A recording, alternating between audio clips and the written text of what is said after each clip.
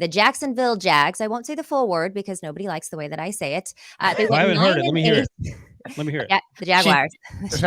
She pulls a breach. Same way. Oh, wait. Say it again, Katie. The Don't do it, Jaguars. Katie. Breach, quit talking. Jaguars. They went 9-8 last season. They are double digits this year. That has not been set that high, their win total, since the year 2000.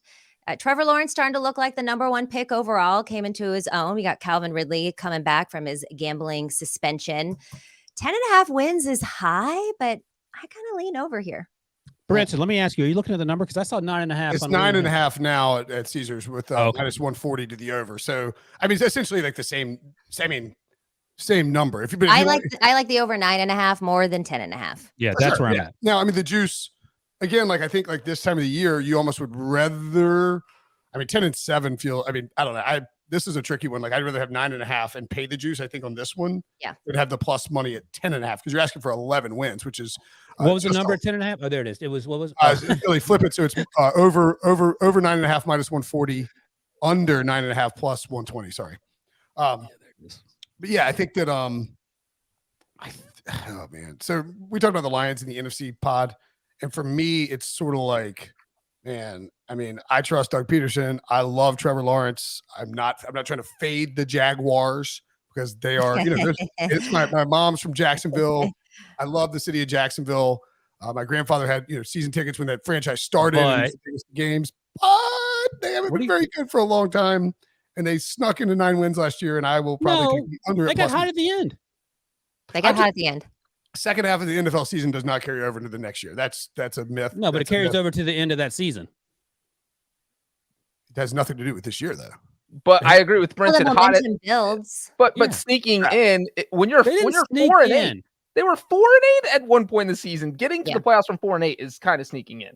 No, what is the math on the rest of the record? The rest of the season, though, if you go 4-8, what did they finish?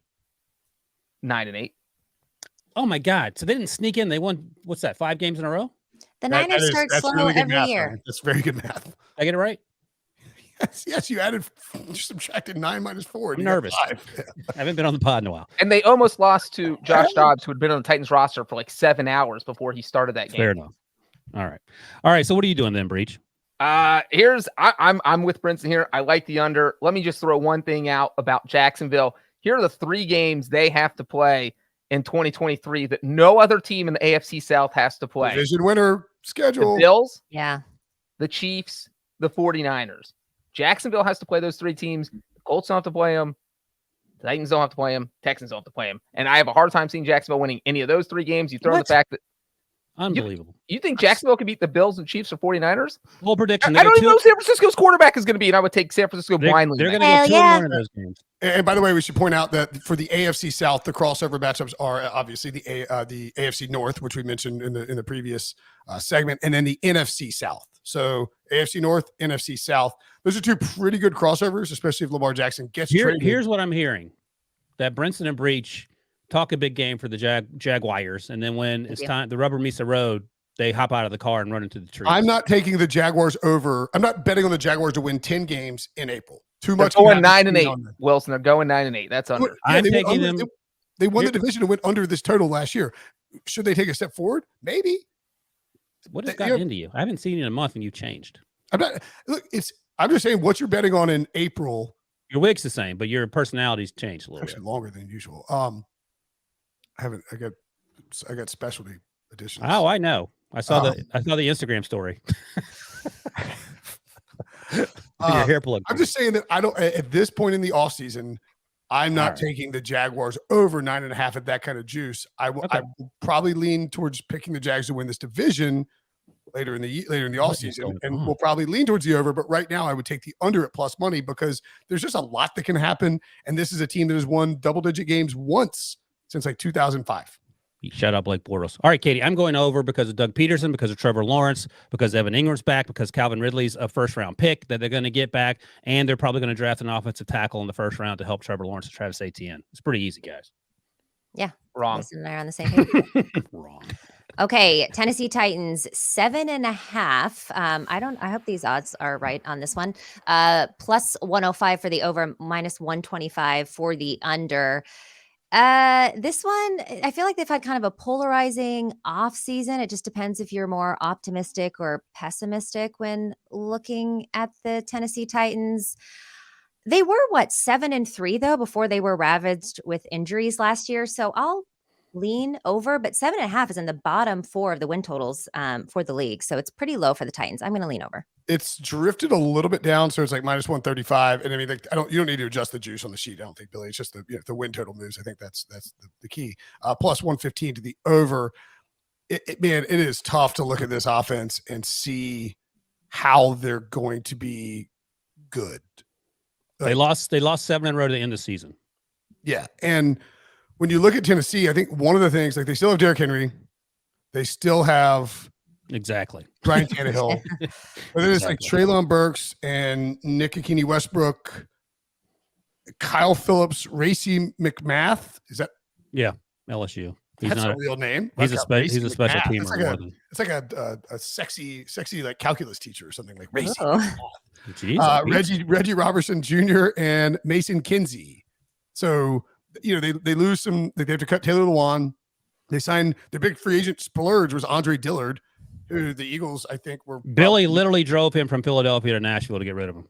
Exactly. And you look at this offensive line, and don't get me wrong, like, I think you could see Vrabel and that coaching staff coach it up, but man, I mean, there's just not a lot there.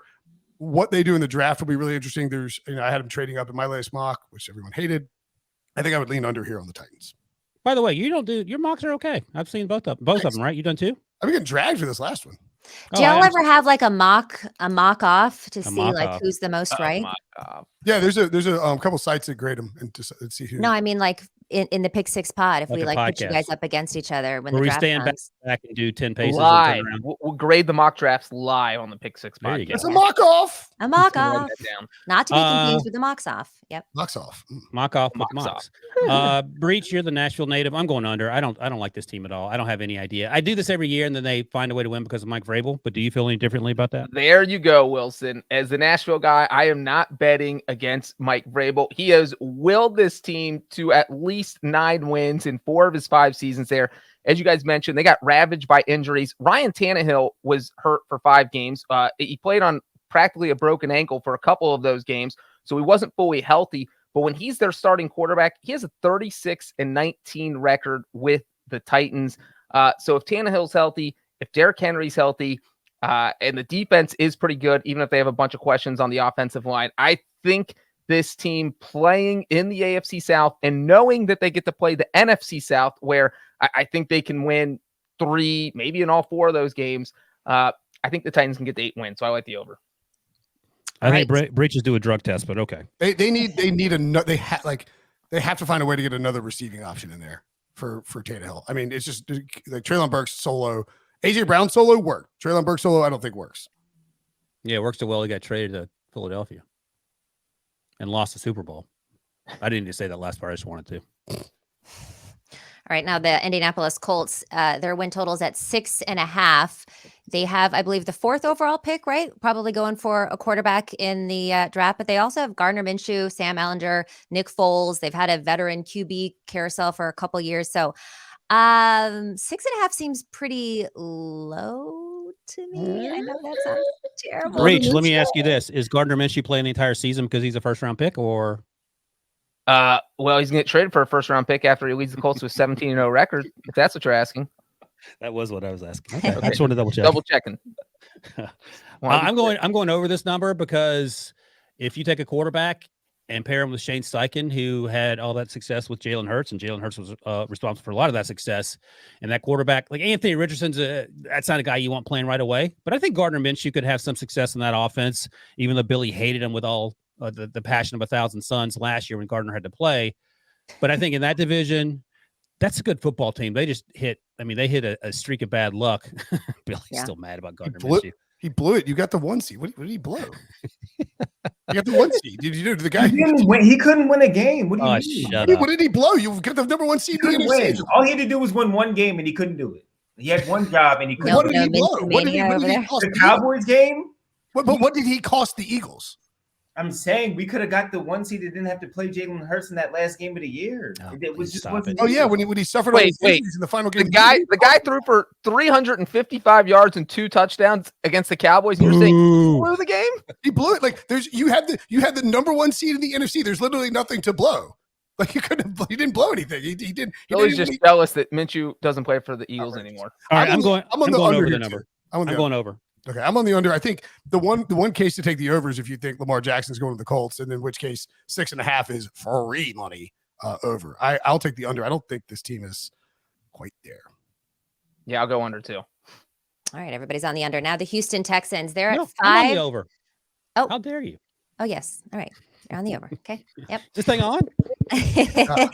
It is. Houston Texans 5.5. Juice is the same, -110. Obviously, new coach, D'Amico Ryans, which is good. They're likely to draft either a Bryce Young or CJ Stroud. So that's going to be an upgrade over Davis Mills. I like them over this 5.5. This is my favorite bet in the entire too. division and maybe the entire AFC. I love the over in this spot. I don't think that they are guaranteed to take CJ Stroud at 2 if the Panthers go Bryce Young. I think they will take Bryce Young at 2. I would not be shocked at all if they went Will Anderson at 2. And I saw Lance Zierlein, who is in Houston, also had them doing the same thing. Interesting. What? That you guys had the same mock draft and his came out first. I posted my thing and did I do that in the chat? I'm kidding. I don't care. No, I already had him doing it. By the way, I don't find that suspicious. Thank you, sir. I heard prior to the Panthers trading up, I heard from someone in the league that Bryce, the Texans love Bryce. They love him. And they were actually thinking about trading up to get him. Obviously, it didn't happen because Carolina came for further. So your theory checks out. Yeah, I mean, I think it's like you can draw the connections. D'Amico Ryans, Alabama guy. Nick Caserio worked with the Patriots, forever. Obviously, has connections with Nick Saban. There's just so many Alabama connections there that it wouldn't surprise me if they decided we're either going to go Bryce Young or we're going to go Will Anderson at 2. If the Panthers go Bryce Young, if the Panthers go Stroud, they're going to take Young at 2, in my opinion. If they go Bryce, I think the Texans could go to a different direction and say, all right, we'll see what's available with our next first round pick. And if it's not a guy we love, we're just going to punt it till next year and get Caleb Williams or Drake May. Yeah, the punt until next year thing never works out. But if they don't like CJ or Will Levis or Anthony Richardson, that's fine. I get it. I also think they materially improved their defense with a lot of veterans this offseason. And you'll see D'Amico Ryans really coach that unit up. You're going from Lovie Smith. Dude, Lovie Smith was complaining about not being able to. He's like, I mean, it's just very frustrating that, like in college, he's like, it's very frustrating that, we can't even stay in our base package because people are using this like 3 receivers all the time. It's like, yes. When I close my eyes, it feels like I'm talking to Lovie Smith. Yeah, thanks. Pretty good at that. Point being is I think D'Amico Ryans dramatically improves his defense with everything they added, and that the offense, you got Bobby Slowick, the former pass game coordinator for the Niners, in there. I think you see a dramatically improved offense as well. So I think this is one of my favorite bets in the entire. I like the over too. I like the over too. They added Brinson. You mentioned some of the offense guys: Devin Singletary, Dalton Schultz. On defense, they got Jimmy Ward, Hassan Ridgeway, Sheldon Rankins. This roster is so much better than it was last year, and they won 3 games last year, and 5 of their 13 losses were by 1 score. So games they were in, they weren't getting blown out. And all you gotta do is get the 6. I like the over.